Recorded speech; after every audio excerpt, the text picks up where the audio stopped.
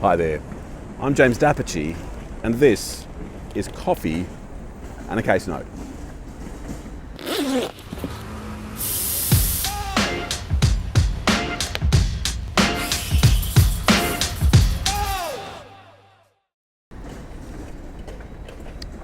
Team, today we are going to speak about a situation where one of the shareholders in a company sought leave to bring a derivative action in order to cause that company to go and sue someone, but to give away the ending, they failed in their application.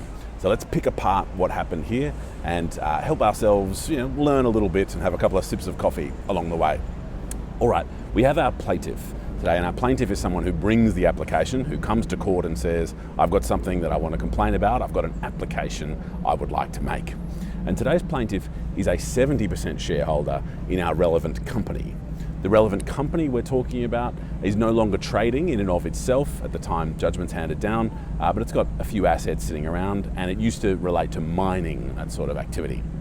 Now, what happens is our plaintiff is disappointed about the transfer out of the company's bank account and into the hands of a company related to a person we're going to call the defendant today. There's $110,000 that makes its way out of the company's bank account and into the hands of this entity that's related to this person we're going to call the defendant. That money's gone from the company. The plaintiff is disappointed about it. Now, what the plaintiff says is, I would like to seek the leave of the court to bring a derivative action. Now, a derivative action is when the shareholder in a company sort of stands in the shoes of that company and brings a claim on behalf of that company. Because remember, it's not the plaintiff's $110,000 that the plaintiff is concerned about. It's not the plaintiff's money at all. It's the company's $110,000 that the plaintiff is concerned about. And because the plaintiff is a different entity to the company, it is for the plaintiff to come to court and seek leave to stand in the shoes of the company to go and chase that money. Now, there are certain statutory criteria that the plaintiff is going to have to meet in respect of this, and we're going to work through those criteria shortly. The fundamental point is the defendant said, hey plaintiff, you and I exchanged WeChat messages on the app WeChat that allows people to chat between themselves, and they exchanged those messages in a language other than English, and what the court came to see was an English translation of those messages. The nature of those messages was essentially a message from the defendant that was slightly, with great respect, loose in its language, that said something to the effect of, hey, I'm going to send an invoice out shortly, and then I'm going to let the tax office know about the $10,000 VAT. And when we say VAT, value added tax, we might loosely think of that as goods and services tax when we're thinking about this jurisdiction. Now, what happened after that was that the plaintiff sent in that chat what is described as the emoji for OK. And I haven't dived any deeper than that. It's not apparent from the judgment what that emoji is. I'm presuming it's the thumbs up emoji, but in any case, what is found is it's the emoji for OK, right? So we've got the defendant saying, hey, I'm going to send this invoice to get the 10% tax position, and we've got the plaintiff apparently saying OK, potentially issuing a thumbs up along those lines. Now, what we have arising from that, remember, is the plaintiff's application. The defendant saying, hey, it's fine, we've got these WeChat messages and you approved it. The plaintiff saying, no, I didn't approve it, and I'm coming to sue you or sue your company for this money.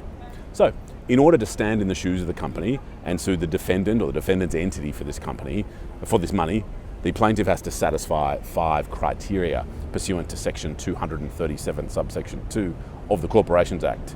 Now, the first one is the question, is the company going to chase this money itself?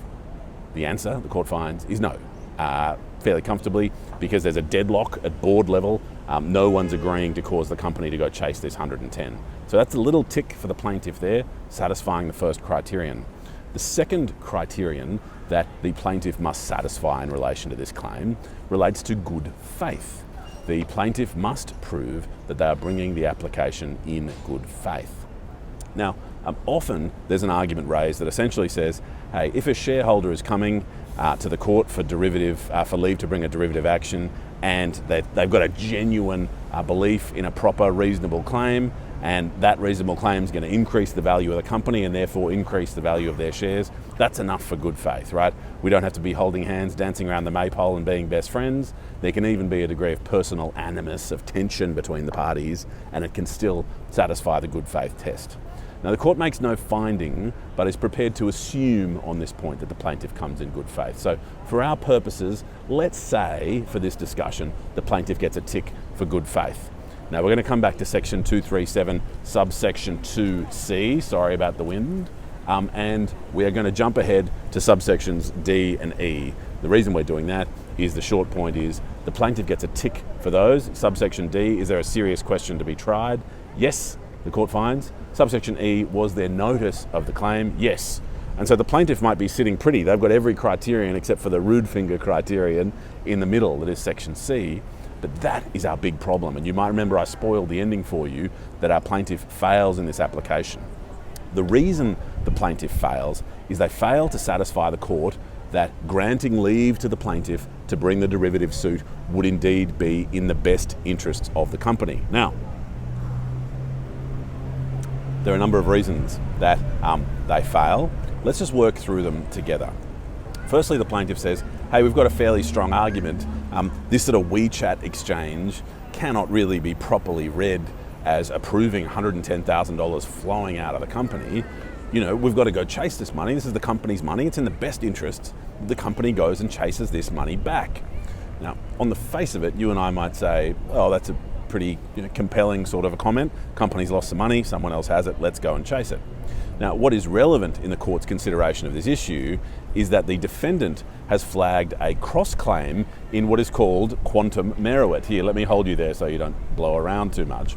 In quantum meruit. And essentially, many of you will be able to explain the nature of a quantum meruit claim better than I can.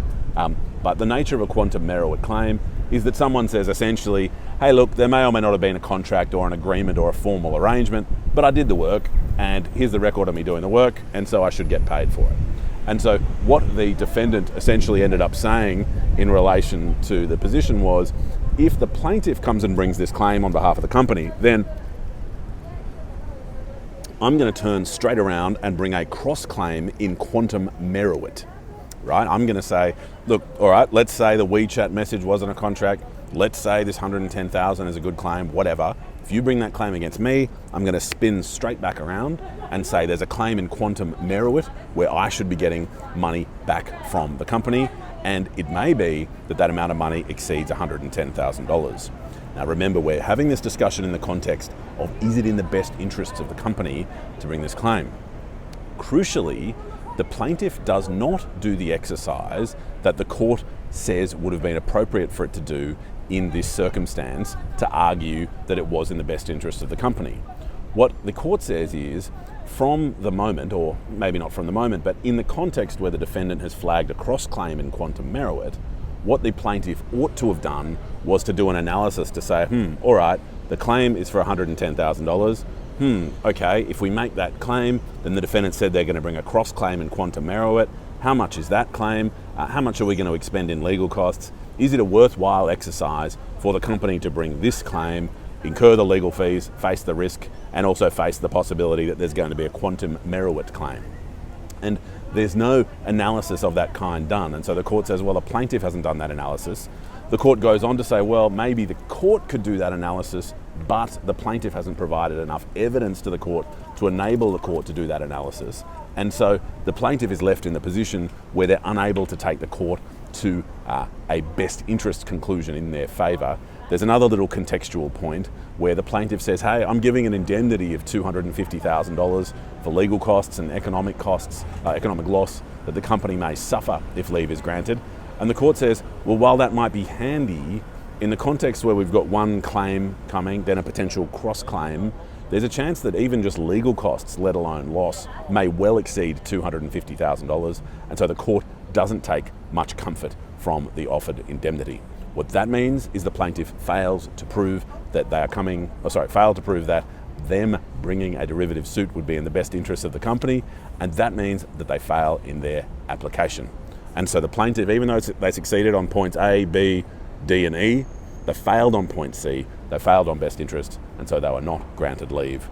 I hope that discussion assisted you, and I look forward to joining you in potentially a less windy environment on another day, over another coffee, and in respect of another case note. Cheers.